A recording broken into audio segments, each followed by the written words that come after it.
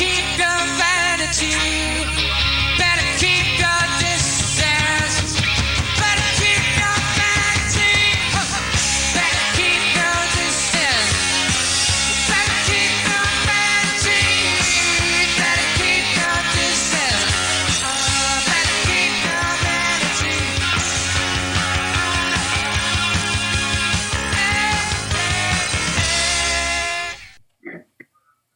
Hello and welcome to Seahawk Talk on Thursday, May 7. I'm Ed Habashore. I've got a nice lineup of guests for you today. We'll quickly show you that graphic.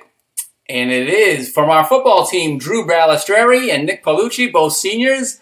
Sebastian Nordsey from our women's volleyball team. Hannah Gray from equestrian. And John Ingalls from sailing. Let's clear that. Our first guests are already in queue in the background. Let's get some graphics ready for them when they do appear on screen. And right away, we will go to both Linfield and Hopkinton, Massachusetts. Gentlemen, welcome to the show. How's it going? Good to be here. We've got Drew Balistreri and Nick Paolucci, seniors, class of 2020, with us on Seahawk Talk. Both are academic all-conference in the Commonwealth Coast Conference and part of our defense that was ranked number 1 in yards rushing per game, the fewest rushing yards per game allowed. So congratulations on that for your defense. And let's start right there. Talk about last season and the pride that you guys take in the defensive unit. Yeah, go ahead, Nick. You can start us off, man. Yeah, sure. I mean, thanks for having us, Ed. Appreciate you having us on. Good to catch up. Just touch upon that defense. I mean, we drilled that in practice every single day. I mean, we're always running drills, but we're a run-first defense. And, Coach Craken always had us practice the anchor technique. I played D-line, so, we were stuffing up the gaps as best we could, trying to open it up for our linebackers and our over-the-top players to kind of make the plays inside. And we did a really good job of that. In most games, I don't think any team ran the ball on us all season, not just on our average, but it was good. Yeah, and to kind of follow off what Nick was saying, we had a ton of tight games this year, and it was kind of great. A lot of them, didn't go our way, but, we were still fighting, and that was the best part. We got to, play in some close, unbelievable games, and, that D3 conference, it's great football to kind of enjoy. And then just to be able to be up there and ranked, with stopping the run and kind of, putting a force where we're playing was awesome. And, we that's all, with our D linemen and, our coaches kind of drilling that with us every day. You stop the run and you can kind of make a team one-dimensional. And that's what we focused on. Yeah, definitely. I think it also started off pretty early on in camp. We would do a drill where it was a double team drill where you'd have 2 offensive line, you against the defensive line, and sometimes you'd bring the linebacker in as well to really get that isolation experience to practice techniques and ripping off blocks and just to be able to make plays in the game. Awesome. Gentlemen, you're not just outstanding football players, but academics as well, and you're both going to be returning to campus. Talk about the importance of your studies in both your majors, accounting and business administration. Yeah, so we're definitely excited to come back for the 5th year and, continue our education, get some MBAs. And it's going to be great to kind of be able to take a step back for the first time, in probably 13 years. I won't be putting on pads this August, but that's going to be okay, and that's going to be a different experience. And me and Nick and some of the other guys are really excited to kind of sit back and really focus on, our studies, but then kind of watch this next generation of Salve football take the reins and absolutely tear it up on the field, which we know that they're going to do. Yeah, definitely. It's definitely good to get the schoolwork done no matter what. I mean, that's the biggest transition freshman year. I mean, you're away from home. You're doing college football for the first time, and you got college academics, for all of that stuff for the first time. So definitely was a good skill to learn, was time management early on. And, it's just kind of been straight sailing from there. Coach has been helping us out. If you have any questions, you can always go to them, and they kind of get on you to make sure you're putting the time in. It's all about just your time going to the school time. But I'm excited for the fall I got 8 classes left in the MBA program. And like Drew said, I'm excited to see this Saturday game time from a different experience. And yeah, I'm just excited for the guys. You know, they're working hard. And that's right, Nick and Drew. Your involvement and participation in football or any sport, as we've talked to athletes and coaches all the way, really helps you with the time management aspect of it in disciplining your time and being focused on what you need to be gearing towards. What are you doing with your time now that you're in quarantine? Well, I've been watching some good Netflix series. My dad's been keeping me busy around the house. I'm doing some projects outside, and I definitely recommend Ozark to anyone who hasn't started that. And if you have started it, you should keep going because I think it's worth the watch. I'm watching The Sopranos as well. Some other good movies. I've been watching a lot of Steve Carell movies. Yes, just kind of going through by actors and the movies that they've been in. So, what's your favorite Steve Carell movie? Little Miss Sunshine was the most recent one, and that was really good. That was a good one. I hadn't seen that before, so that was a good one. Yeah, I mean, movies and TVs have definitely filled up my schedule, but I've also, kind of been keeping busy around the house. This guy right back here, this is actually a 2,000-piece puzzle that mom and dad completed during quarantine. We got the glue for it, and we hung it up. So that was fun. That took us about a month. And then I fortunately was able to kind of continue with a golf course that I was taking with Finlayson, and we got to kind of do that online. And so he's been keeping us busy, sending us videos. We send him videos of our swings. He coaches us up, and he's been making it a blast to keep us entertained. This past couple of weeks we did a trick shot video compilation, which was awesome. And we kind of all got to get together and watch everyone's trick shots and kind of play around with it. And so, keeping busy, trying to go for walks, staying active as much as we can. These home workouts are a lot of fun. I've been talking to a lot of guys on the team, and it's great to kind of see what they're doing for workouts compared to what I'm doing, trying to figure it out, but it's going pretty good. Yeah, and I heard you were in the Final Four for that trick shot challenge within your Golf 101 class. Yep, I made it. Did you fall to a freshman or a fellow senior? A fellow senior. So the eventual champion is who beat you. All right, we're staying with it. Kolaski. Blitz. They got him. And they got him. Ball comes loose. It's downfield. It's up for grabs. Picking it up and rolling down and inside the 15-yard line. Number 6.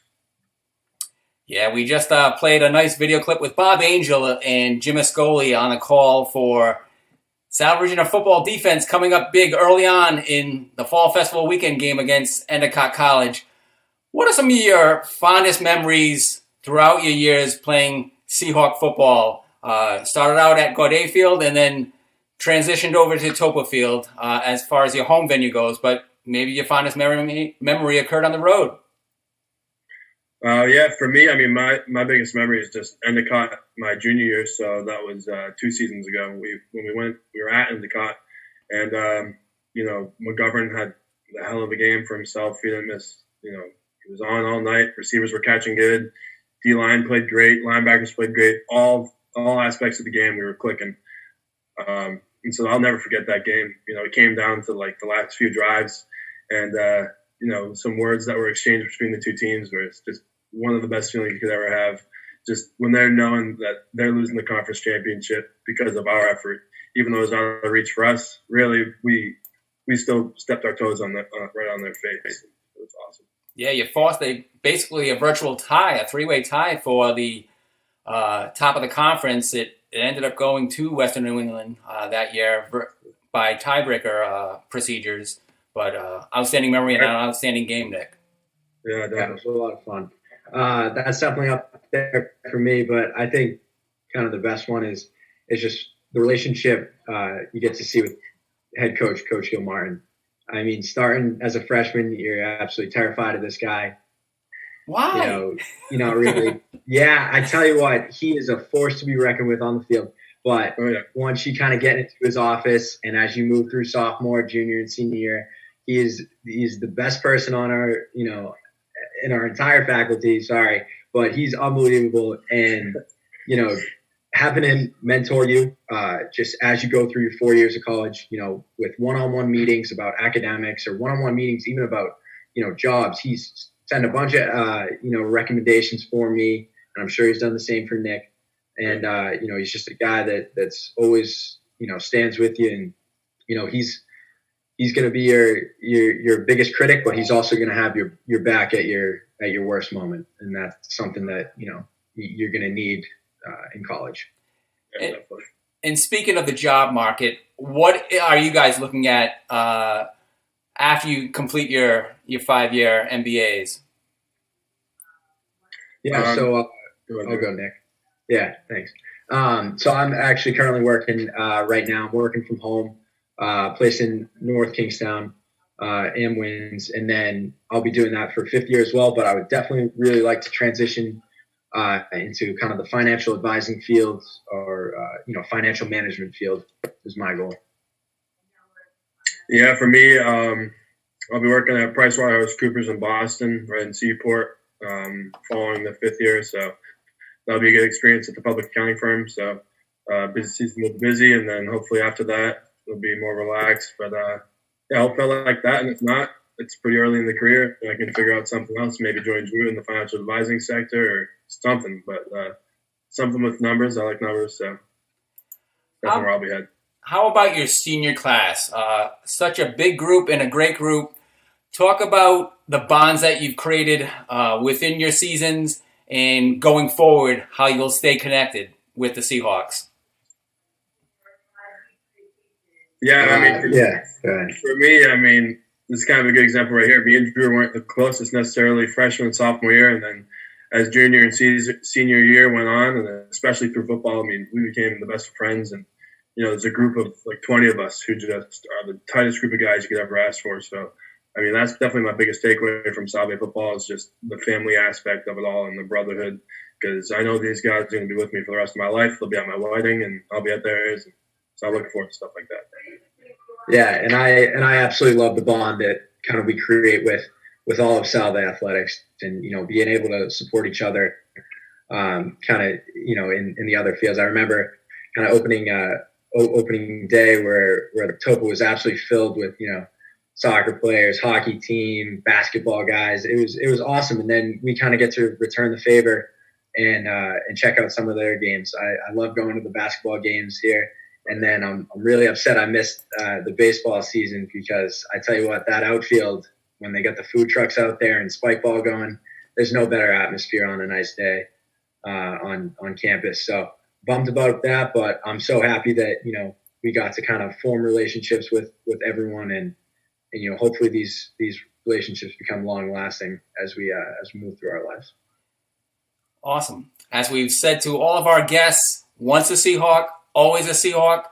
We want you back on campus ASAP, and we'll look forward to actually joining up with you and your fellow classmates on Monday in a special Zoom meeting just to recognize your outstanding contributions over your 4 years, gentlemen. You got it.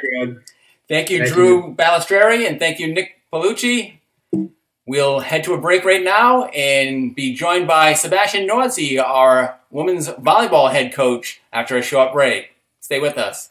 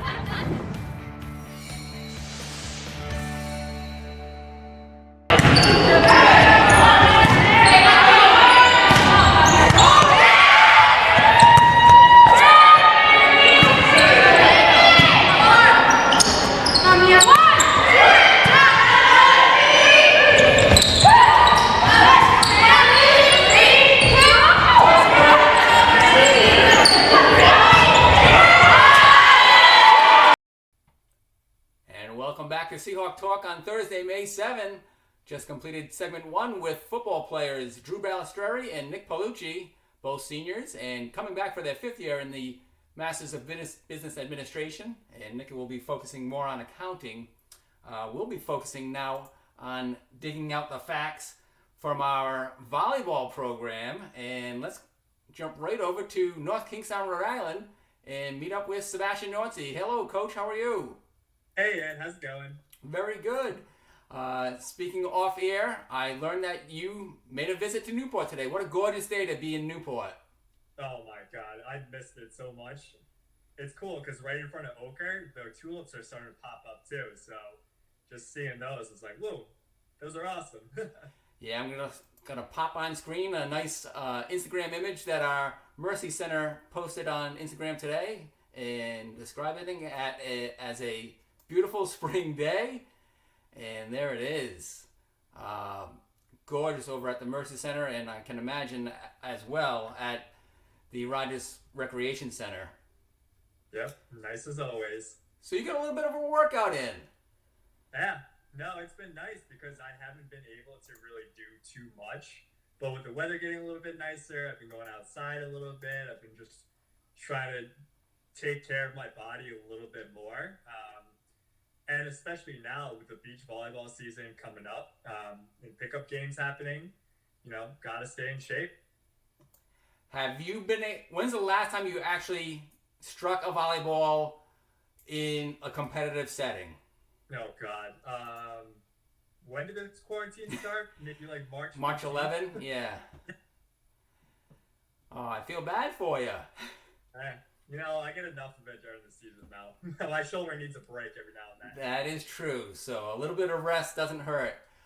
We were fortunate to be joined by Sean Conran on last week's episode of Seahawk Talk in the volleyball spot. And not only does he serve as a team manager for our women's volleyball program since his freshman year, he'll now be entering his senior year coming up in the fall. But he's very excited about getting a men's volleyball program started and going full speed. Yeah, so Sean actually approached me, and when he approached me about this idea with men's club volleyball, I was so stoked to hear that because there's so few opportunities at the NCAA level for men. So a lot of these athletes just go to college and they'll play intramurals and they'll play pickup on a sand court or whatever. But a lot of universities have club volleyball. And when he told me he wanted to do club, I was like, yeah, awesome. I had a great experience as a club player, great experience as a club coach. So I would love to pay that forward to another generation of club players.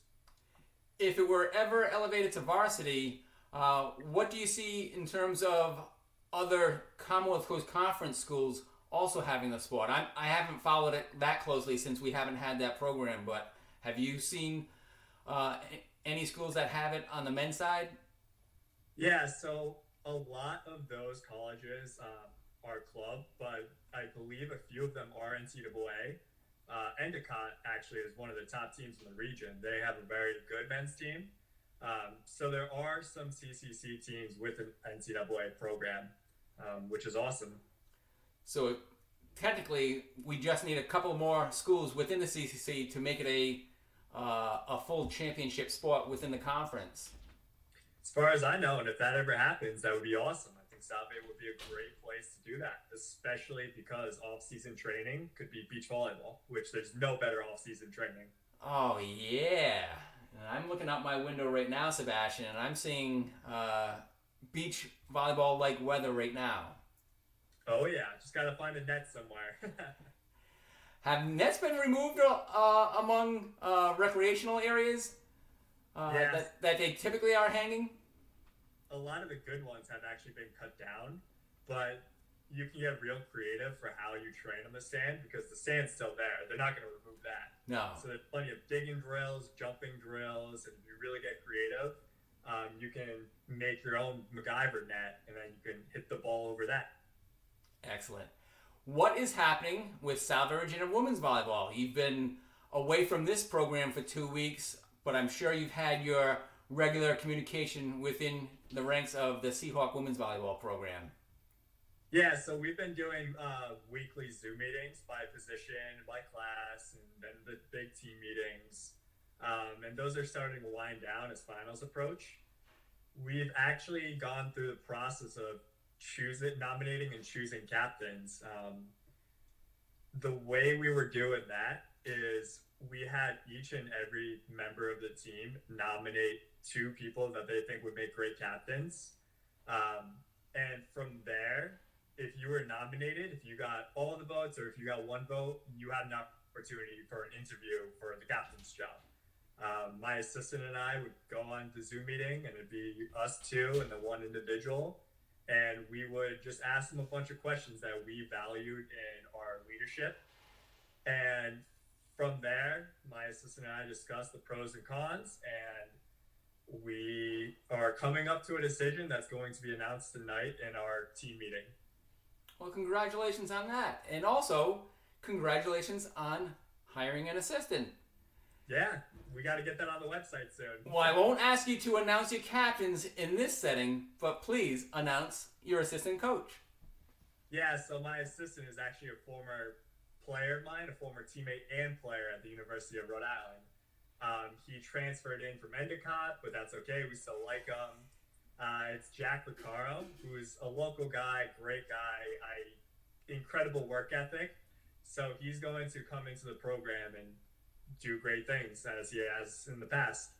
Well, Sebastian, I can say with 100% certainty that we love transfers from Endicott because our current assistant, entering his 7th year in sports information work, is Andrew Pizzelli, a graduate of Endicott College. Oh, no way. I didn't know that. Yeah, so we'll be in good hands both volleyball and in sports information. Absolutely. And I'm sure Andrew will enjoy meeting your new assistant coach. Yep. And they'll be talking some goals stories. Yeah, maybe they can hop on the court together. Jack's got a good jump shot. Ooh, there we go. We're talking basketball now. Yep, a little big time ball. Missed that part. Yeah. So you were down at Rogers Recreation Center today. How quiet was it? It was eerily quiet. I'm always so used to college campuses being vibrant places, and especially Newport, and especially with this weather. My 27 years, I haven't seen Newport so empty on a nice day like today. Yeah. But it was pretty nice because it's, kind of quiet. Every now and then you don't get that quiet moments in Newport. But I was able to find parking easy. I was able to just walk around and kind of do my own thing. But yeah, definitely very little people in Newport in that South Bay today. Are you somebody that likes that quiet environment in terms of getting the work done, or can you multitask and have different media playing, whether it be TV or something on your mobile device, earbuds in, even while something video is playing on a screen? Well, being so young, I can multitask with the best of them. But I do love that time apart where it's just quiet time. You can kind of do your own thing. So I guess I need a little bit of a balance of both, where I need that quiet time, but I'm also perfectly comfortable with millions of things going on around me. All right, so after tonight, when you announce the captains, please send that in an email to me because we won't violate the embargo on the news announcement. And then Andrew and myself will start to prepare both releases on your new assistant coach and also on your captains going into the 2020 season. Absolutely. That'd be awesome. All right, we got some breaking news with South Virginia University women's volleyball thanks to head coach Sebastian Nordsee. Really appreciate you jumping on the show today with us, and best of luck. Enjoy your Zoom meeting tonight with Seahawk women's volleyball, and hopefully they'll enjoy hearing the news, and we'll be relaying it on our website shortly thereafter. Awesome, man. Thank you for everything. Thanks, Sebastian. That's Sebastian Nordsee, South Virginia University women's volleyball head coach. I'm Ed Habishaw. We'll be back with equestrian after this break.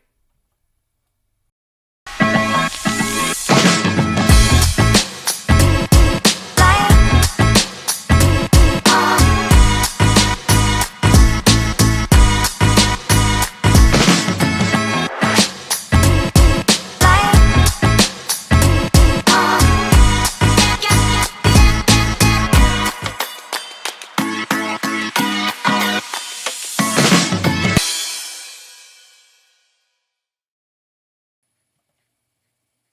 Hello and welcome back to Seahawk Talk. I'm Ed Habershaw, and we've reached our third segment of the day on Thursday, May 7.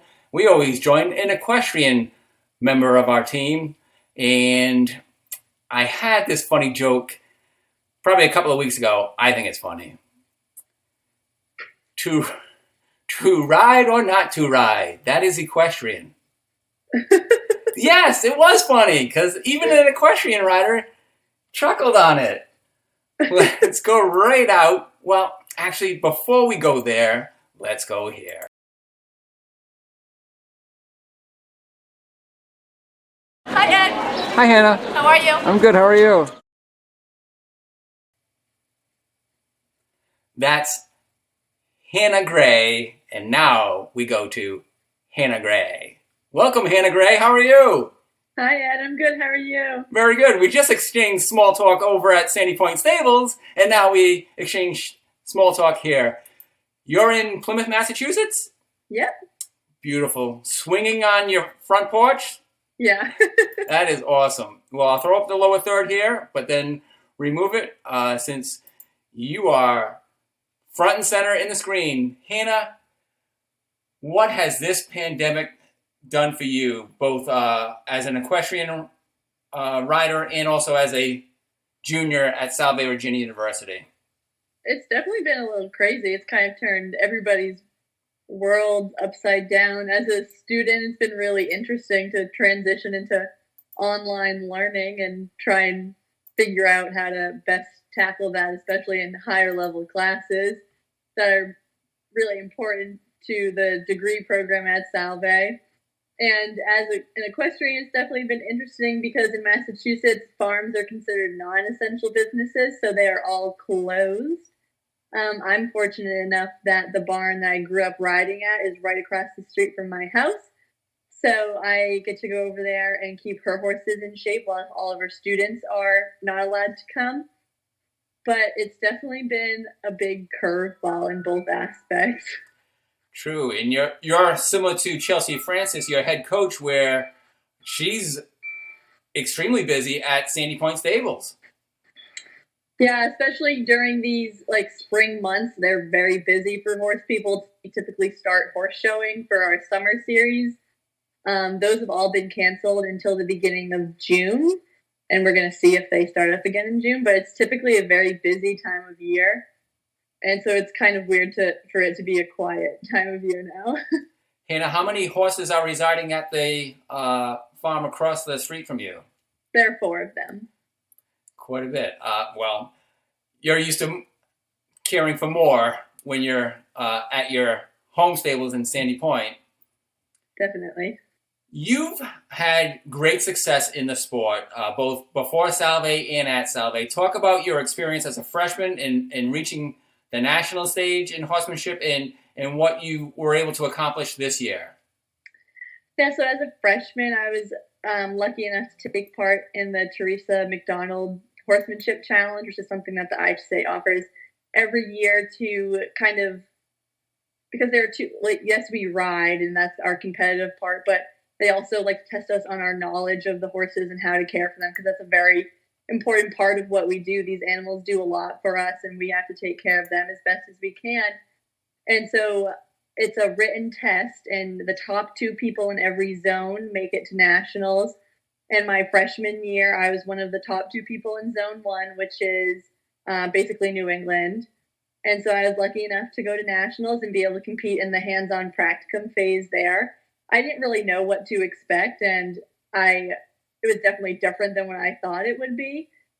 And so I figured this year I'd try it again, and I was lucky enough again to be one of the top 2 people in the zone. So had the coronavirus not come around, I would have been headed back to nationals this year to try again at the practicum phase. But it's always a good experience to try something new and test your knowledge, because there's always more to learn. Well, congratulations to you on both achievements. Where were the nationals scheduled for this year? We were going to head back to Syracuse, New York this year. Oh, nice. And I know rider-wise, you had a number of individuals that had at least qualified for some regional or zone championships this year. Yeah, I believe we had about 5 or 6 riders qualified for regionals, and we had a few more who were probably going to qualify. Unfortunately, they don't get the opportunity to compete at regionals and vie for their spot at nationals, but we have a really strong group of riders, a really strong team. And so while it's sad that all this had to end so early, it's just a sign, at least to me, that we are capable of doing this. And next year we are gunning for the regional title. Yeah, you and Kenna Rooney, and now we'll be joined with Emmy Shore as captains on next year's squad. Talk about your leadership qualities that you have exhibited since stepping on campus as a freshman. Well, as a first-year varsity team, we were really looking for people who had a lot of experience, I guess you could say, in the horse world in IEA and IHSA to kind of lead us through this new territory. And I've been fortunate enough to be able to do this sport for a very long time. So I think that my experience I was able to offer a lot in that aspect because I had been through similar competitions before, so I kind of knew what to expect. Throughout my 3 years at Salve, we've been through a lot of changes as a team. We've had 3 different coaches. So it's definitely been helpful to have all that experience to kind of help us move along and transition with everything that we've been through. Excellent. Let me play this and try to take care of the window, what's happening in your window right now. Our next guest is showing up right now, so let me see if I can hide that. There we go. Let me go gallery view.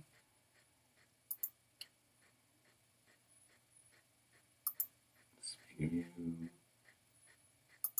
And you. Okay.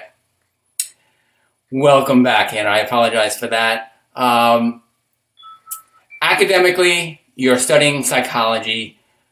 Where are you going with that? So I have recently been accepted into Salve's 5-year applied behavior analysis program. So starting next fall, I'll be taking graduate classes and undergraduate classes to finish my master's degree in 2022, if I can do math, yeah. And that sets me up to become a board certified behavior analyst and work directly one-on-one with children with autism and helping them improve their social skills, language skills, and get them ready, integrate them more into the classroom and daily life. And before we brought you on, you had talked about the ADA program. Give me a little bit more on that. So it's applied behavior analysis, and it's the only empirically proven treatment, really, for autism, is what people say. And so through that program at Salve, we do an intensive practicum. I think it's 1,200 hours of hands-on work with students. And it just prepares you to provide treatment to children and adults with autism. Okay, this is a far-fetched question, so forgive me. Does your work with horses give you any insight into your working with patients with autism? 100%. Throughout my time, running summer camps and working at summer camps as a child, we had several students with autism come to the farm for summer camp, and it's really amazing, actually, what happens. The sensory therapy that occurs between the two, horse and the child, is just amazing. And it's actually used a lot in treatment plans with children with autism. They call it hippotherapy, which is weird because a horse is not a hippo. No, not at all. It really helps them with their sensory processing problems that they may have sometimes. And it really just gives them a place to feel confident and accomplish their goals. And it's just incredible to watch happen. Well, that's outstanding. Again, I want to congratulate you both on your work in equestrian and your success in equestrian, both as an individual and as a team leader. for the sport at Salve, because we've showed some clips on this interview of you not only riding a horse, but also so much organization behind your shows when you're hosting, and you're involved in a lot of that, and you give such great direction. Thank you. And congratulations also on pursuing the psychology degree. Thank you, Ed. All right, that's Hannah Gray from our equestrian team. I'm Ed Habishaw. Thanks for joining us on this segment. We'll be back with sailing after a short break. Stay with us.